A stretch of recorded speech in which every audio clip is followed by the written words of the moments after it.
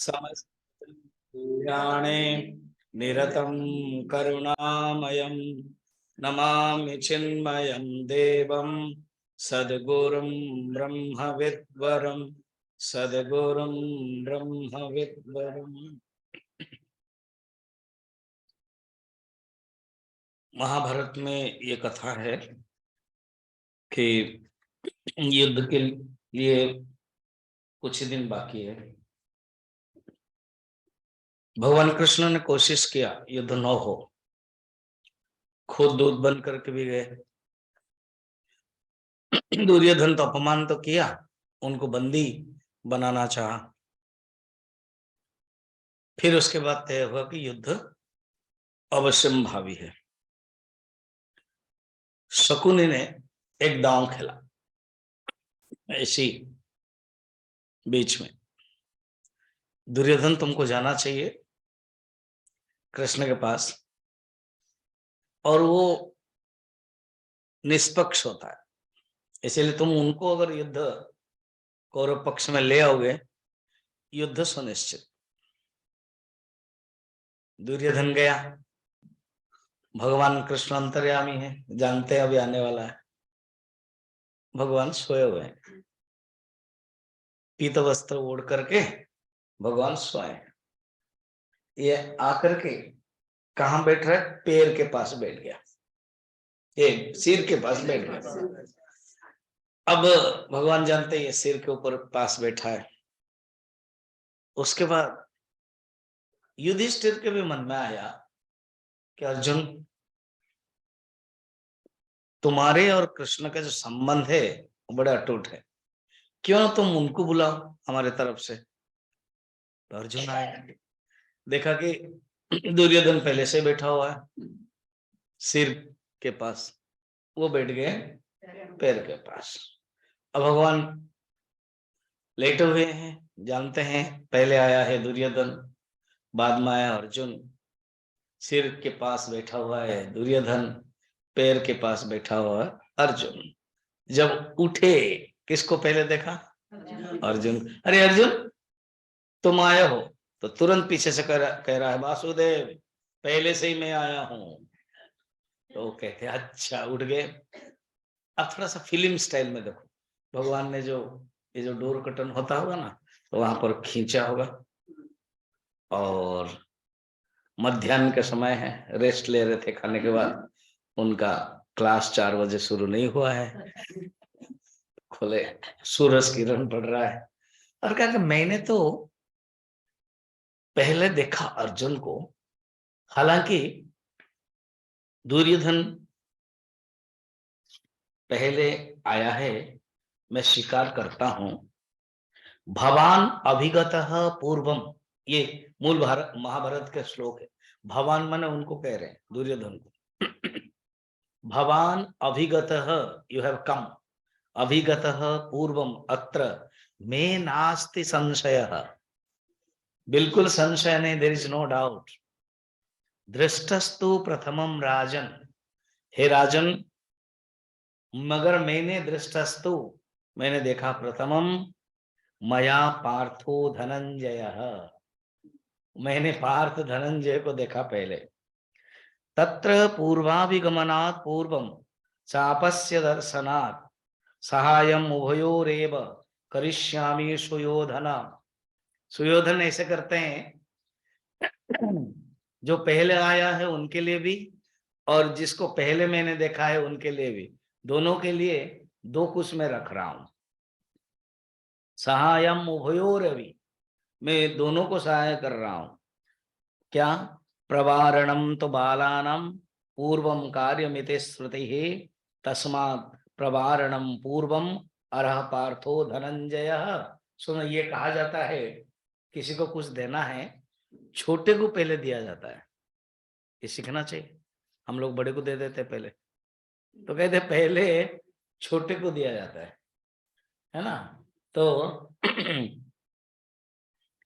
ये शास्त्र की आज्ञा है, पहले बालकों को ही उनकी अभीष्ट वस्तु देनी चाहिए। और देखा जाए तो अर्जुन छोटा है, तो अर्जुन को पहले दे देते हैं। महत् संघन तुल्यानाम गोपानम अर्वुदम महत नारायणा इति ख्याता सर्वे संग्राम योधिनः। नारायण सेना एक तरफ है मेरे जैसे, और एक अक्षण सेना है, ये एक है। और दूसरा क्या है? ते वा युद्धे धुराधर्षा भवन्ति एकस्य सैनिकाः अयुध्यमान संग्रामे न्यस्त शस्त्रो अहम एकतः। बहुत ही धुरंधर है वो शस्त्र में युद्ध करने वाले हैं, डटकर लोहा लेने वाले हैं। तो एक और तो दुर्धर्ष सैनिक युद्ध के लिए तत्पर है, और दूसरे मैं अकेला रहूंगा मगर युद्ध नहीं करूंगा, मेरे पास कोई शस्त्र नहीं होगा। तो वो जो दुर्योधन उस समय जो लास्ट वाक्य ना, वो सुनता ही नहीं था। तो जब आपको पसंद नहीं कोई चीज है ना, सुनो सुनो पढ़ाई करो, सब हम ऐसे ही बोलते ही रहते हैं बच्चे लोग, पढ़ाई करो, नहीं तो बोलते ही रहते हैं। उन्होंने कितना पढ़ाई किया, बिना पढ़ाई के इतना बड़ा बिजनेसमैन हो गया, मुझे ही बोलते हैं पढ़ाई करो पढ़ाई करो पढ़ाई करो। मैं क्रिकेट में अच्छा खेलता हूँ, क्रिकेट खेलूंगा, इंडियन क्रिकेट टीम, तो ऐसे सोचता रहता। ऐसे ही दुर्योधन ध्यान नहीं दिया। भगवान ने कहा क्या? आभ्याम अन्यतरम पार्थ यत्ते हृदयतरम मयम। इन दोनों में तुम सुन लो अर्जुन पहले। तद वृणीतम, वृणीना मन चुनना, चयन करना। भवान अग्रे प्रचार्यस्तुम ही धर्मतः, धर्म के अनुसार ये तुम्हारे लिए मौका है, तुम चयन करो। आपको पता है अर्जुन ने क्या चयन किया? इसमें महाभारत में अनेक श्लोक भी है कि मैं बचपन से ही सोचता था कि कभी आप मेरे रथ के सारथी बने। तो आपने खुद ही कहा कि युद्ध नहीं करेंगे, मगर बस आप रहते हुए मैं युद्ध करूंगा और आप मेरे रथ के सारथी हो जाए। इसका एक सुंदर तत्व है। दो प्रकार के लोग होते हैं। एक होते हैं जो भगवान को चाहता है, और एक होता है जो भगवान का चाहता है। सम टू गॉड और गॉड्स थिंग्स। तो आप गॉड्स थिंग्स जगत को चाहते हो कि भगवान को चाहते हो? दुर्योधन है एक्सट्रोवर्ट, है बहिर्मुख, और भगवान की वस्तुओं के ऊपर ध्यान है। अर्जुन है इंट्रोवर्ट, है वो भगवान को चाहता है। अपने शक्ति बल के प्रति उनका एक दृढ़ निष्ठा है, आत्मनिर्भर है, आत्मविश्वास है। क्यों? भगवान साथ में है। तो इसलिए भगवान सारथी बनते हैं। इसी बीच में उनको समस्या आ जाती है, तो भगवान उत्तर देते हैं अभी द्वितीय अध्याय में।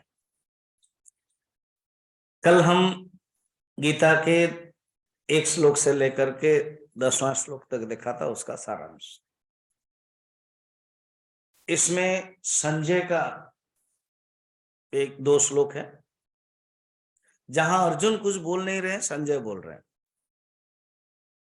अर्जुन ने भी अपनी भावना को प्रकट करते हैं, मगर जो बेस्ट श्लोक है वो 7वां नंबर श्लोक है। जो 7वां नंबर श्लोक है वो कार्पण्य दोष समर्पण वाला श्लोक है। इसी श्लोक में कई अर्थ है। एक कहानी भी है, मैंने बताया था, आपको याद है। एक लड़की की शादी हुई, माँ ने कहा था तुम्हारा जो ससुराल है वो हरिद्वार है, वहां साधु संत का जगह है, तुम किसी भी साधु से कुछ उपदेश लेना, उसके बाद उनको भोजन देना। विवाह हो गया, हनीमून हो गया, वो आ गई, नया घर है, तो एक साधु आए। उसको याद आ गई, माँ ने कहा था साधु से उपदेश। तो उन्होंने कहा कि साधु जी पहले आप उपदेश दीजिए, फिर हम भोजन देंगे। साधु को लगा कि लड़की को कुछ पता नहीं है। तो किसने कहा ना? मेरी माँ ने। कहा देखो ऐसे नहीं होता है, पहले तुम भोजन दो, उसके बाद हम उपदेश देंगे। ना, माँ ने सेकंड नहीं कहा था, अल्टरनेटिव नहीं कहा था, पहले उपदेश उसके बाद भोजन। साधु ने कहा ठीक है, अगर ऐसे ही बात, मगर हम नहीं दे, हम जा रहे हैं। तो लड़की मान गई कि ठीक है, पहले मैं दूंगी, मगर आज नहीं, कल मैं दूंगी, आ जाइए। ठीक ठीक 12 बजे आ गए। साधु ने भगवती भिक्षम कहा, इसने सुंदर खीर बनाई और साधु ने दे दिया कमंडलू। कमंडलू में कीचड़ था, जानबूझ के रखा था साधु। तो ये कैसे, मेरी जो खीर है, बासमती चावल है, काजू है, केसर है, वो तो खराब हो जाएगा सब, साफ कर लीजिए। ना मैं साफ आप नहीं करता हूं, ना मुझे दे दीजिए, हम साफ कर लेते हैं। तो कमंडलू को लिया, उसने साफ किया और खीर रखा। सोचा कि चलो मेरा तो काम हो गया, अब इनका उपदेश होगा। अब इसको लिए कमंडलू में जितना खीर, और लेफ्ट माने पीछे मुड़, तो ये चल। मिलिट्री में शायद साधु पहले होंगे। तो उन्होंने कहा कि आप तो प्रवचन दिया नहीं। बेटी मैंने दे दिया है प्रवचन, तुमने ध्यान नहीं दिया। प्रवचन हमेशा बोलने पर ही नहीं होता है, एक्शन पर होता है। मैंने दे दिया ना, क्या देखो मैंने क्या किया, मेरा जो पात्र है वो मैंने तुमको दिया, क्योंकि जो पात्र गंदा है, उस गंदा पात्र में तुम कुछ रख नहीं सकते, नंबर 1। इसलिए साफ करने के लिए तुमने लिया, तो मैंने तुमको पात्र दे दिया, फिर तुमने साफ किया और रखा। इसी प्रकार मेरे जो ज्ञान रूपक खीर मेरे पास है, तुमने तो देख लिया कि पात्र को लिया और साफ किया। मैं अगर तुम्हारे मन रूपक पात्र को पात्र में देना चाहता हूं तो मुश्किल है, क्योंकि तुमने तो मुझे दिया ही नहीं है पात्र। और पात्र दिया नहीं का अर्थ क्या है, तुमने समर्पण नहीं किया। मां ने कह दिया और तुमने मान लिया, मगर क्या तुम्हारे अंदर श्रद्धा समर्पण है? तो वो समझ गई। तुमने तो मुझे खड़े खड़े ही सुनना चाहते, बुलाया तक नहीं घर। तुमने तो जो शिष्य का लक्षण है वो तुमने नहीं किया। तो तुरंत वो समझ गई ये उपदेश है। फिर वो कथा स्पष्ट है, प्रणाम किया, उनको गुरु माना, खुद शिष्य हुआ, तो वो उपदेश दिए। कहानी कितना सुंदर है। शिष्य को अपने आप को समर्पण करना है। 3 लक्षण था उसमें। एक है मैं शिष्य हूं, ये बताना। दूसरा है मैं शिष्य तो हूं, मेरा मन को आप संभालिए, मेरा मन को आप संभाल। दुर्योधन भगवान कृष्ण को लेता था, और किसके लिए? शकुनी के अनुसार ना, हम जैसे चाहेंगे कृष्ण वैसे चलेंगे, हम कृष्ण को चलाएंगे। मगर अर्जुन कहते नहीं, मेरे मन में बचपन से था कि मेरे जो सारथी आप बने, अर्थात मेरे जीवन को चलाएं आप। अर्जुन बनना है।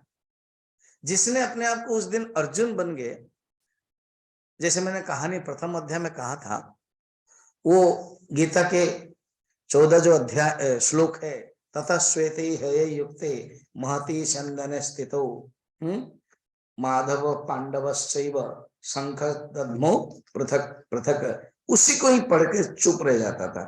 क्यों? उसने देख लिया था 13 नंबर है, रेली 13, बस उसका और जरूरत नहीं पड़ता था। वो जो पढ़ता था वो स्पष्ट देखता था आकाश में कि सामने कृष्ण और अर्जुन है। तो जिसने भी अपने जीवन में दूसरा अध्याय के 7 नंबर श्लोक को अनुभव कर लिया, प्रैक्टिकल कर लिया, बस वो अधिकारी हो गया। उसके लिए गुरु आ जाएंगे। अच्छा, अभी एक क्वेश्चन है। चलो पहले हम 11 नंबर श्लोक से शुरुआत कर लेते हैं। भगवान के प्रवचन स्टार्ट। ठीक, तो इसमें अगेन मैं बता करके जा रहा हूं। अर्जुन के मन में था कि मेरे जीवन के सारथी आप बने, अर्थात मुझे आप चलाएं। दुर्योधन के मन में है कि मैं आपको चलाऊं, मैं जैसे चाहता हूं आप ऐसे चलोगे। हुआ ऐसे, भीष्म को भी चला लेता था, द्रोणाचार्य को भी, कृपाचार्य को भी। एक ही व्यक्ति नहीं चले, वो है विदुर। विदुर ने मना कर दिया, उनको बाहर करने के पहले वो खुद रेजिग्नेशन दे दिया। महाभारत में वर्णन है, क्योंकि विदुर महामंत्री है और पढ़ाई तो की है, भाई माना जाता है। जब तीनों को पढ़ाया गया है गुरुकुल में, वो धनुर्धारी थे, बड़े अच्छे धनुर्धारी, और हमेशा धनुर रखते थे। तो महाभारत में वर्णन है, उधर रेजिग्नेशन दिया, और ये जो धनु है वो धृतराष्ट्र के चरण कमल में छोड़ दिया कि अभी मैं और इसको प्रयोग नहीं करूंगा, मैं संन्यास ले रहा हूं। ये वर्णन है। उन्होंने योग्य नहीं समझा कि ये ऑफिशियली जो आई टेंडर माई रेजिग्नेशन, तो वो केवल घोषणा कर दिया, मगर जो रियली लिखित या देना है वो धृतराष्ट्र को दिया। क्यों? ये अधिकारी नहीं है। जिस धनुर को मैंने व्यवहार किया और जिस धनुष को मेरे कंधे में इतने साल था, वो धनु इसके पास भी नहीं रहना चाहिए। ये विदुर का प्रिंसिपल देखो। एक ही व्यक्ति जो स्वीकार नहीं किया, बाकी सब को चला लेता था। वो कर्ण को भी चला लिया, कृष्ण को भी यही करना चाहता था। अर्जुन के अंदर वो नहीं था। अर्जुन ये इसीलिए ग्रहण किया कि आप मेरे सारथी बने, चूज किया कि मेरे जीवन को आप चलाए। यही सही भी हुआ। जब अर्जुन खुद संशयग्रस्त, शोकग्रस्त, विषीदंत हुए, भगवान ने उनको दिया। अच्छा, कल देख रहे थे, एक है अर्जुन विषीदंत और भगवान प्रहसन। इसको विचार देखें। प्रहसन निव भारत, अर्जुन को भगवान हंस के कह रहे। क्यों हंस के कह रहे हैं? इसका 2-3 कारण है। एक तो जो टीचर है ना, जो शिक्षक है, स्टूडेंट को प्रसन्नता से सिखाना चाहिए, और खुद ही मुंह फिर वही क्लास, फिर वही लोग, वही मुंह दिखाना पड़ेगा, फिर वही बातें। अभी तो 2 साल हुआ, गीता तो ले लिया, फिर क्या जरूरत लेने का।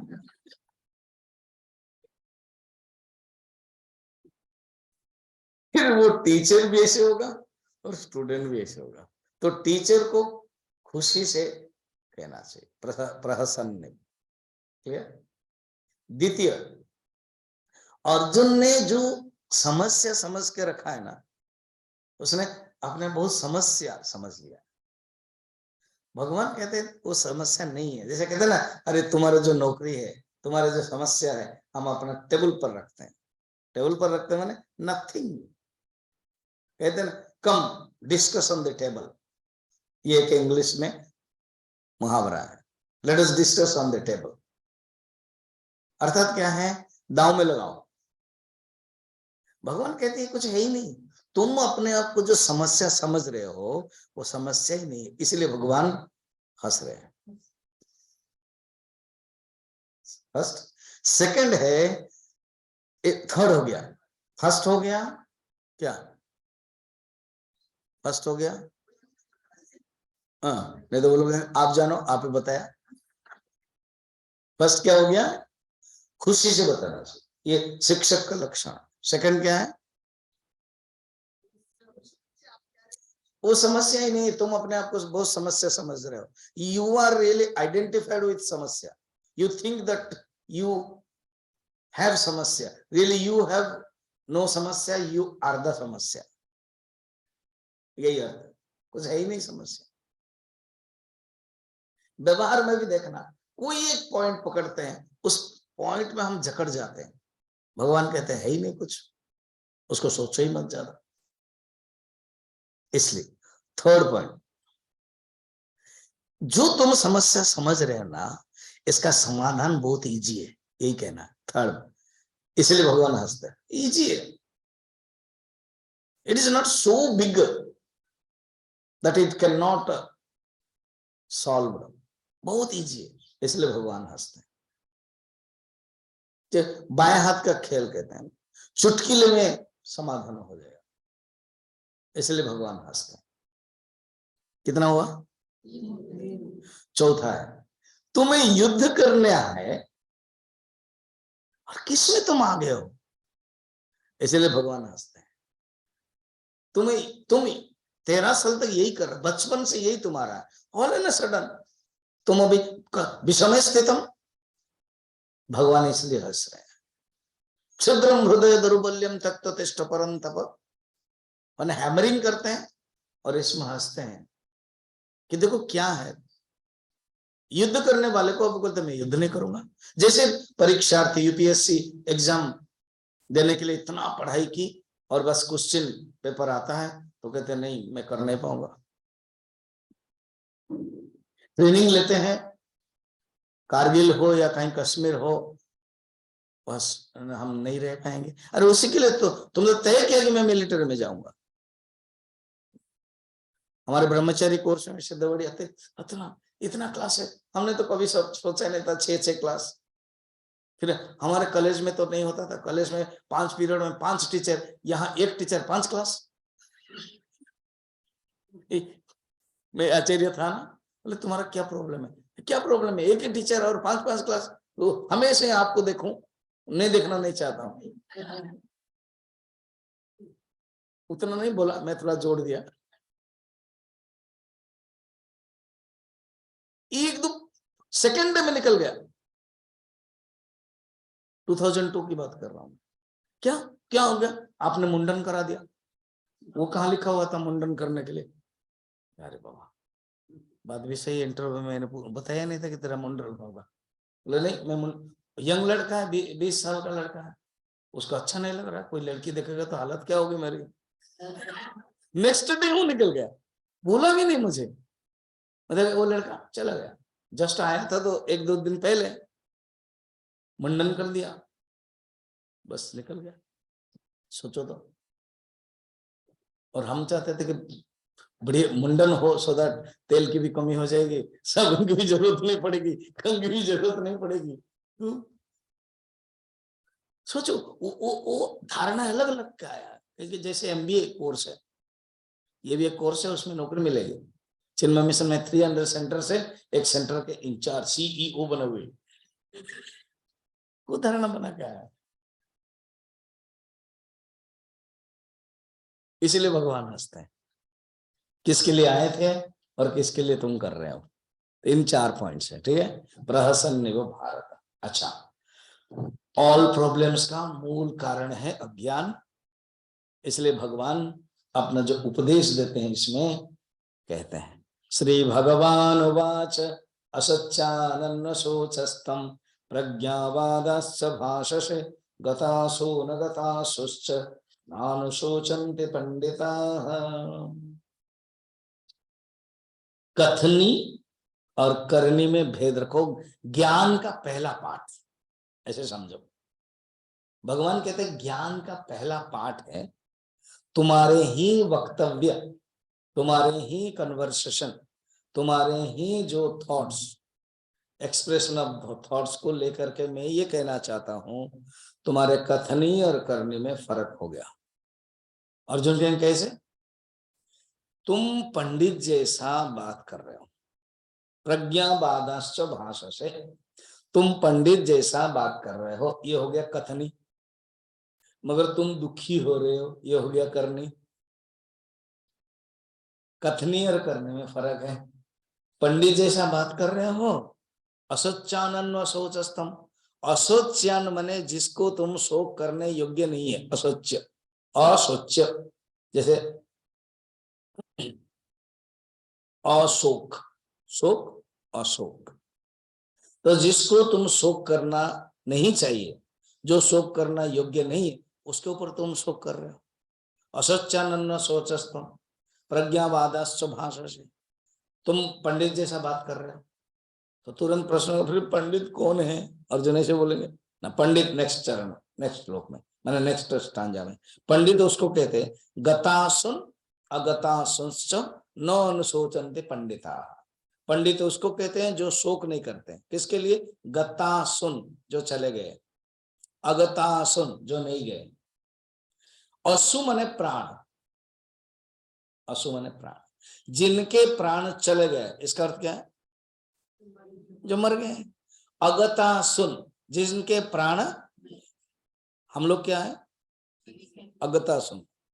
और जो मर गए वो क्या है? अगतासुन। अब घर जाओगे तो क्या बोलोगे पता है? हम लोग ने कौन है? सब लोग, हम लोग सब अगतासुन है। क्या सुन के सब इधर उधर आते हो क्लास से? सब लोग अगतासुन है। अगतासुन माने रियली देखा जाए, एक संत ने, रामकृष्ण मिशन के एक स्वामी जी ने, उन्होंने अर्थ दिया अगतासुन माने आत्मा, गतासुन माने शरीर, असु माने प्राण। पहले अर्थ मैंने बताया, असु माने प्राण, जिनके प्राण गया है, गतासुन जिनके प्राण नहीं गया है। हो गया? उन्होंने बड़ा सुंदर लिखा, क्या? जो चला जाता है, जाता आता है, वो है शरीर। जो कभी नहीं जाता है, अगता, कभी भी जाएगा नहीं है, परमानेंट रहेगा, वो कौन है? आत्मा। आत्मा और शरीर के बारे में स्पष्टम नॉलेजम है उसका। तुम्हारे बारे में तुम्हारे अंदर है नहीं। शरीर मरेगा, बस उसके लिए तुम चिंता कर रहे हो, और आत्मा नहीं मरेगी, उसके लिए भी तुम चिंता कर रहे हो। तो इसलिए बिल्कुल पंडित उसी को चिंता नहीं करते। ये ज्ञान का पहला पाठ है। कथनी और करनी में तुम्हारा फर्क है। पंडित कौन है ये बता दिया। ठीक, अब है 12 नंबर में। भगवान कहते हैं ना, आप क्या कहना चाहते? हाँ ना, सुनो ना, जो अगता सुन मैंने बताया, वो कभी भी मरेगा नहीं, वो चारों तरफ है। ऐसे कभी नहीं है जब वो आत्मा नहीं है। उसको भगवान व्यवहारिक ढंग से बता रहे हैं। नत्वे वाहम जातु नासम न तुम नेमे जनाधिपाः न चैव न भविष्यामः सर्वे वयमतम परम। ऐसे कभी नहीं था जो मैं नहीं था, ऐसे कभी नहीं हुआ जो तुम नहीं थे, ऐसे कभी नहीं हुए ये जो राजा लोग नहीं थे जिसके बारे में तो चिंता कर रहे हो, और ऐसे भी नहीं होगा जो बाद में नहीं रहेंगे। इससे क्या कहते हैं? जीवात्मा की नित्यता बताते हैं। अर्थात इन एंड थ्रू है, ये एक प्रवाहवान नित्यता है। जीवन क्या है? एक नित्यता है। ये तुम जान लो, इसके लिए तुम चिंता क्यों करते हो? अच्छा, ये जो कैसे हम स्वीकार करेंगे कि आत्मा नित्य है, आत्मा कभी नहीं मरता है, और जो शरीर है वो मरता है, उसका एक परिवर्तन होता है, मगर आत्मा नहीं मरता है। तो कहते देखो मैं बताता हूं। एक भगवान खुद एग्जाम्पल देके बता रहे हैं, जो शरीर के 3 अवस्था, उस एग्जाम्पल को 13 नंबर में बता रहे हैं। देहिनो स्वेन यथा देहे कौमारम यौवनम जरा तथा देहांतर प्राप्ति ही धीरस्तत्र न मुह्यते। भगवान कहते सुनो, ये जो शरीर का 3 अवस्था, एक है बाल्य अवस्था, और एक है युवक अवस्था, और एक है वृद्धावस्था। ऐसे तो 5, 6 भी माना जाता है, तो अभी मुख्यतः 3 है।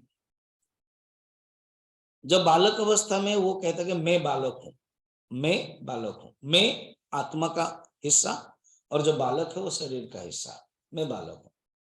अब जब युवक हो जाता है तो वो कहता है कि मैं युवक हूं। ठीक है, अब बालक हूं था, अब मैं युवक हूं। वो क्या है? बाल्य अवस्था मर गई और यौवन अवस्था आ गई शरीर में। तो बाल्य अवस्था जब मर गई और यौवन अवस्था आ गई, उसमें वो अनुभव कर रहा है, मगर मैं नहीं मरा, मैं तो जैसे तैसे ही में हूं। मैं ही पहले बाल्यावस्था में था और मैं ही अभी तरुण अवस्था में हूं।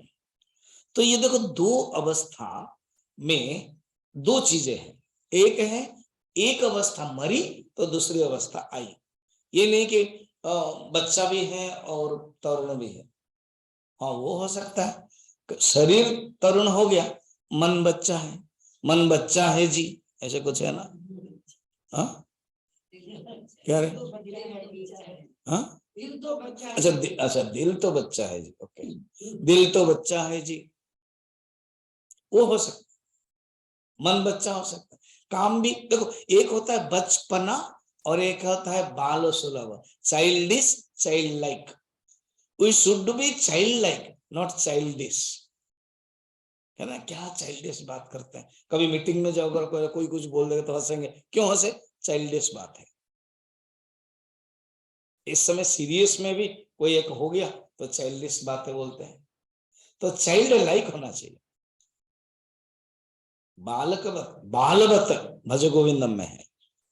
तो तरुण अवस्था जब आती है, बालक अवस्था मरती है तभी आती है, नंबर 1।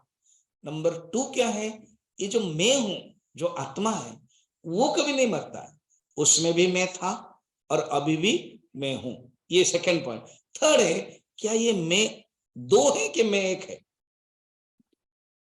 बालक अवस्था में, क्योंकि अवस्था दो है, बालक अवस्था और तरुण अवस्था। मगर मैं जो है वो कंटिन्यू भी है और एक ही है, मैं मरता नहीं। सेकंड, फिर दूसरा एग्जांपल लो। युवक अवस्था से वृद्धावस्था आई, तो युवक अवस्था मरी, तभी वृद्धावस्था। मगर इसमें दो अवस्था हुई, आत्मा एक ही है। मैं ही बालक था, मैं ही युवक था, अभी मैं ही वृद्ध हूं। ठीक है, चाहता नहीं हूं मगर होना पड़ता है। ठीक है, तो आत्मा एक ही है।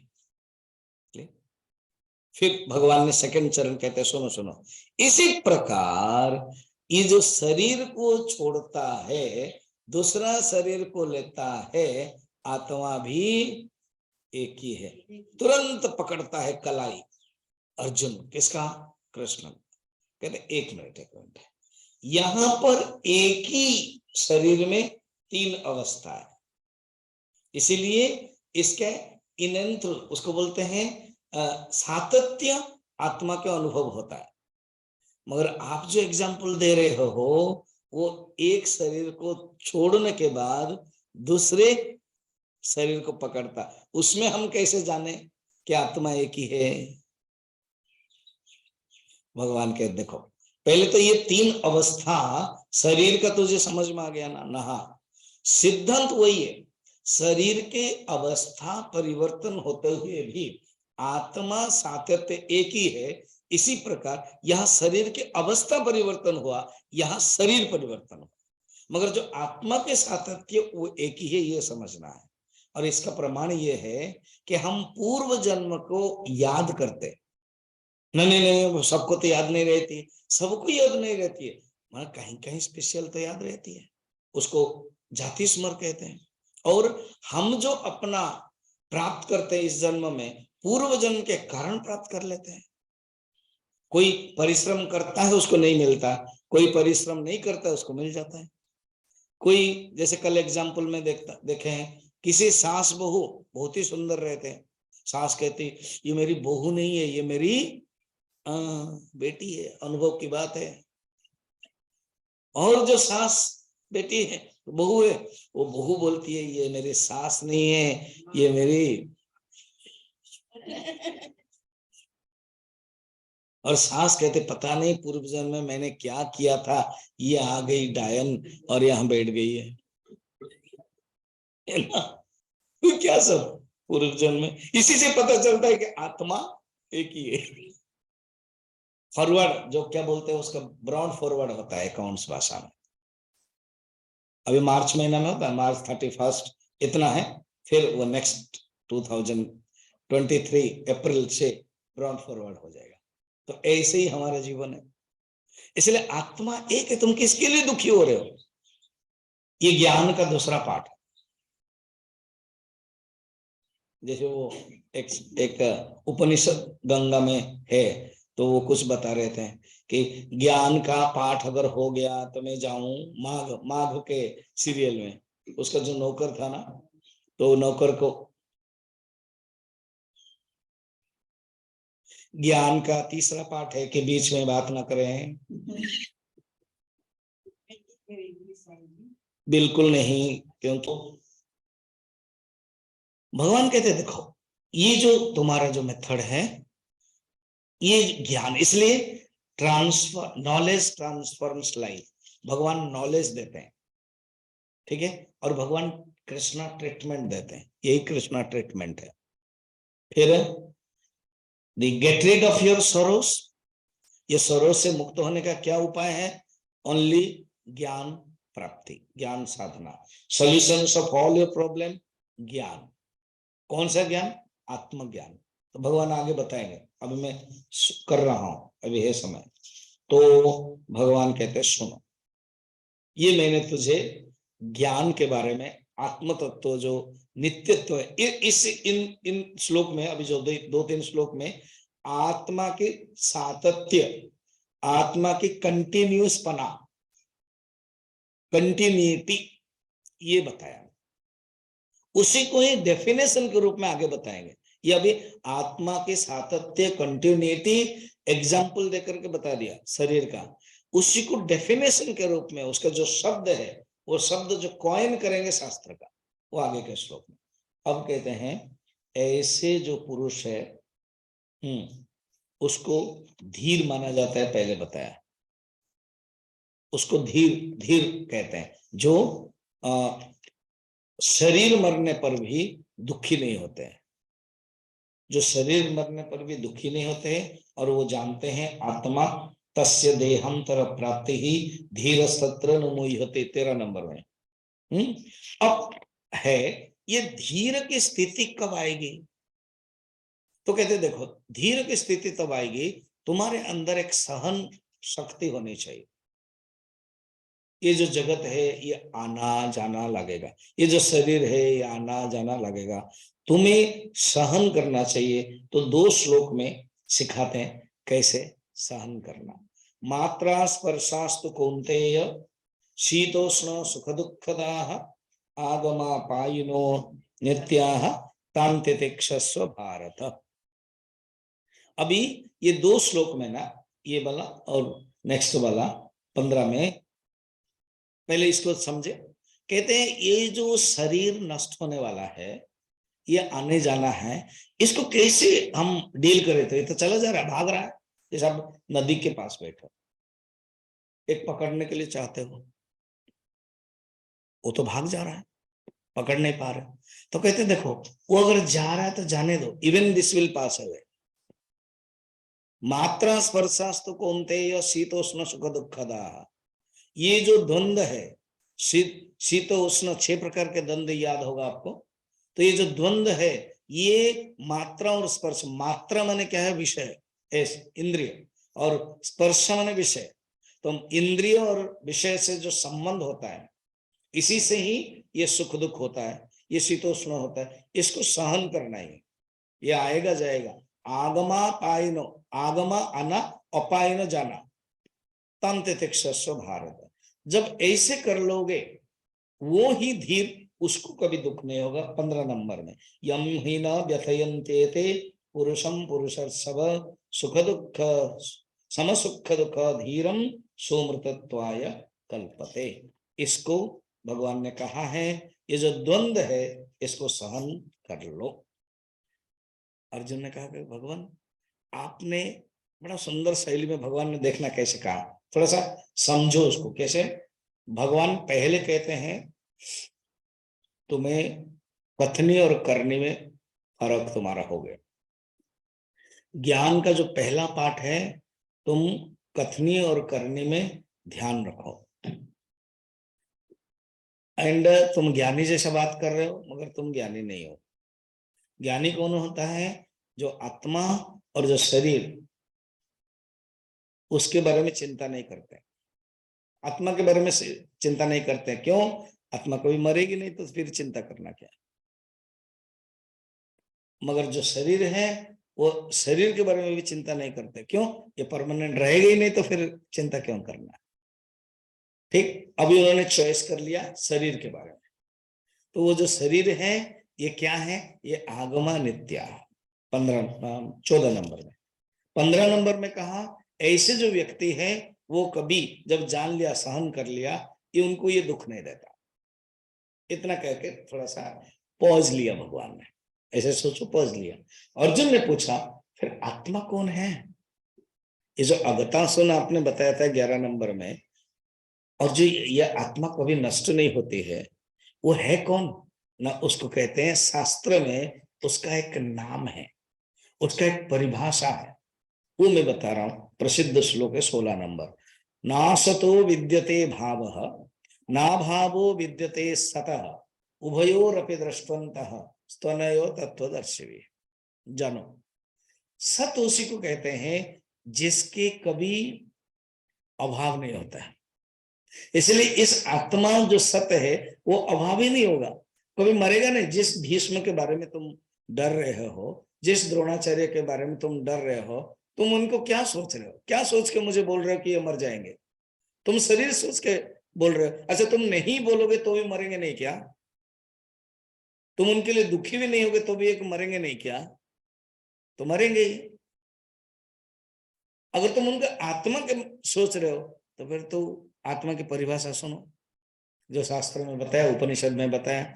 आत्मा वो है जिसका कभी अभाव ही नहीं सकते हो, तुम चाहोगे तो भी अभाव नहीं कर सकते हो। और असत जिसको कहते हैं जिसका कभी विद्यमानता है ही नहीं है, ये पूरा वेदांत आ गया। सत उसी को कहते हैं जिसका अभाव नहीं हो सकता है, असत उसी को कहते हैं जिसका भाव नहीं हो सकता है। ये दोनों के बारे में ये रियली कथनी और करनी सेम है, इसको बोलते ज्ञानी है। तुम ज्ञान के बारे में बात कर रहे हो, तुम अभी जो मुझे प्रथम अध्याय में सब बताया, ये हो जाएगा वो हो जाएगा, इसके बारे में तुम्हारे पास ज्ञान नहीं है। ये असली ज्ञान है। तो ये आत्मा और अनात्मा, सत और असत के बारे में जो जानता है वो ज्ञानी है। कितना सुंदर। ना सतो विद्यते भावः ना भावो विद्यते सतः उभयोरपि दृष्टन्तः स्तनय तत्वदर्शिभिः। जो ज्ञानी है ये दोनों, अंतः माने सार, वो सार को जानते हैं, सत्य क्या है और असत्य क्या है। इसी बीच में थोड़ा सा विचार कर लें। वेदांत में या शंकराचार्य ने 3 शब्द का प्रयोग किया। एक होता है सत्य, और एक होता है असत, और एक होता है मिथ्या। ठीक, सत्य है जिसके कभी नाश नहीं हो सकता है, असत है जिसके कभी प्रेजेंस ही नहीं हो सकता है, जिसका कभी अस्तित्व ही नहीं है। एग्जाम्पल बताओ। असत है जिसका कभी अस्तित्व ही नहीं है।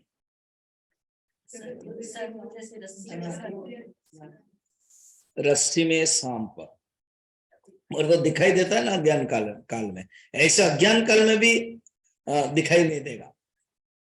जो रस्सी में सांप है वो मिथ्या है, रेले जगत मिथ्या है, असत का एग्जाम्पल है। उसका अस्तित्व नहीं, केवल शब्द मात्र है। श्वास है ना, वो तो वायु का ही एक छोटा सा अंश है, वायु तो है। कोई कोई ऐसी संभव जिससे कोई अर्थ ही ना हो। नहीं, माने ऐसे भी शब्द है जो आपको एक मीनिंग भी देगा मगर है नहीं है। खरगोश का सिंह है क्या? खरगोश का सिंह। आकाश पुष्प है, बंध्या पुत्र, वही बंध्या पुत्र है क्या? आकाश पुष्प, वही मैंने बताया ना। इन तीनों में से शब्द है, आपको कुछ समझ में आ रहा है और तुरंत समझ में आ रहा है कि ये है नहीं, इसको कहते हैं असत। मिथ्या हुआ है नहीं है, मगर अज्ञान काल में सत्य जैसा भाषित हो। रज्जु में सांप है नहीं है, मगर वो लग रहा है, डर लग रहा है, देखते डर जाते हैं, इसको कहते हैं मिथ्या। अभी अज्ञान काल में समझने के लिए मिथ्या एक कॉइन किया गया है। जैसे गणित में एक्स लिया जाता है, जब हो गया एक्स को छोड़ दिया जाता है, एक्स इज 5 हो गया, एक्स का काम नहीं। मिथ्या एक ऐसे शब्द है समाधान करने के लिए लिया गया। क्या? अगर ये दिखाई दे रहा है, अगर है नहीं, तो इसका क्या नाम दिया? शंकराचार्य ने कहा इसको मिथ्या। क्लियर? हाँ, वो भासमान हो रहा है मगर सचमुच है नहीं। मगर जो आकाश पुष्प है वो भासमान भी नहीं हो रहा है। आकाश में जो घर दिखाई दे रहा है वो मिथ्या है, मगर आकाश पुष्प दिखाई नहीं दे रहा है, फिर भी हम बोल रहे हैं शब्द। बंध्या पुत्र दिखाई नहीं दे रहा, अब मैं एक शब्द बना रहा हूं, बंध्या पुत्र। खरगोश के सिंग का धनुष धारण करके आकाश पुष्प अपने पुष्प से अलंकार करके दूसरी बंध्या पुत्री से विवाह करना चाहा, उससे एक तीसरा बंध्या पुत्र पैदा हो गया। ये कोई वाक्य का ये कोई वाक्य का कोई मीनिंग है क्या? मेरा आधा खत्म ही नहीं हुआ, आप लोग हंसने लगे, तो इसका अर्थ कोई मीनिंग ही नहीं है, केवल शब्द मात्र है ये वाक्य को पूर्ति करने के लिए। मगर मिथ्या किसको कहा शास्त्र ने?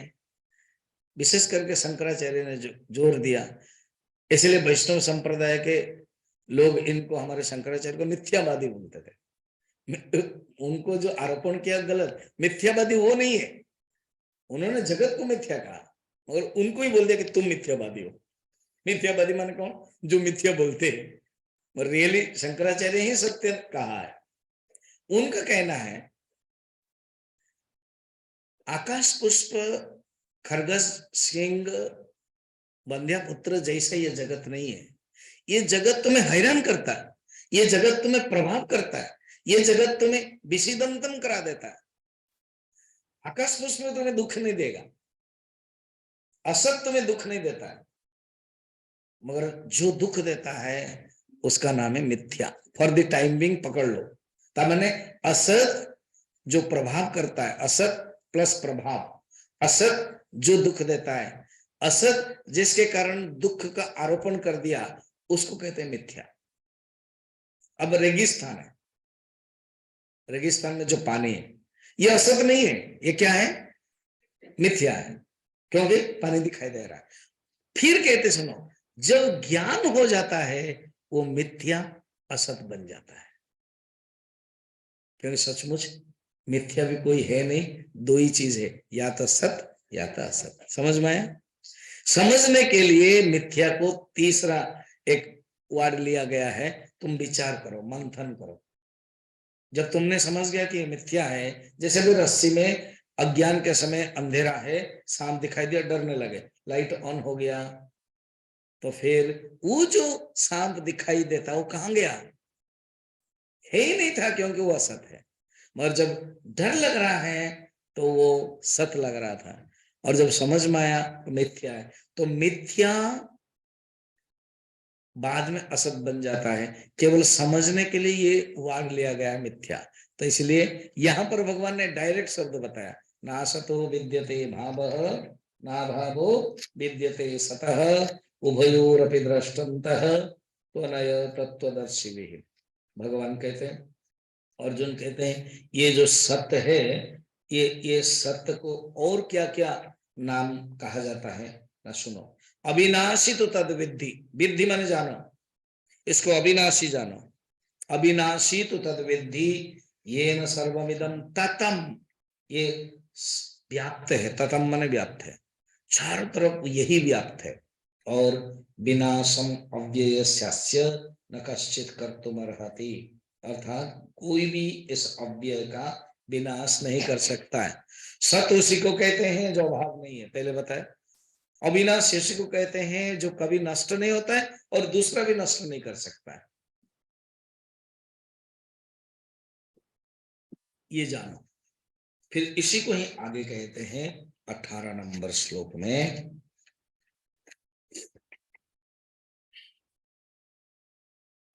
फिर सुनो, भगवान कंपेयर कर लेते हैं, समझ, क्योंकि तुरंत अर्जुन कहेगा नहीं नहीं नहीं तो वो तो नष्ट होता है ना। देखो, शरीर नष्ट होता है, अंतबंत इमे देहा नित्य सुक्ता शरीरिणः अनाशिनो प्रमेयस्य तस्माद् युद्धस्य भारत।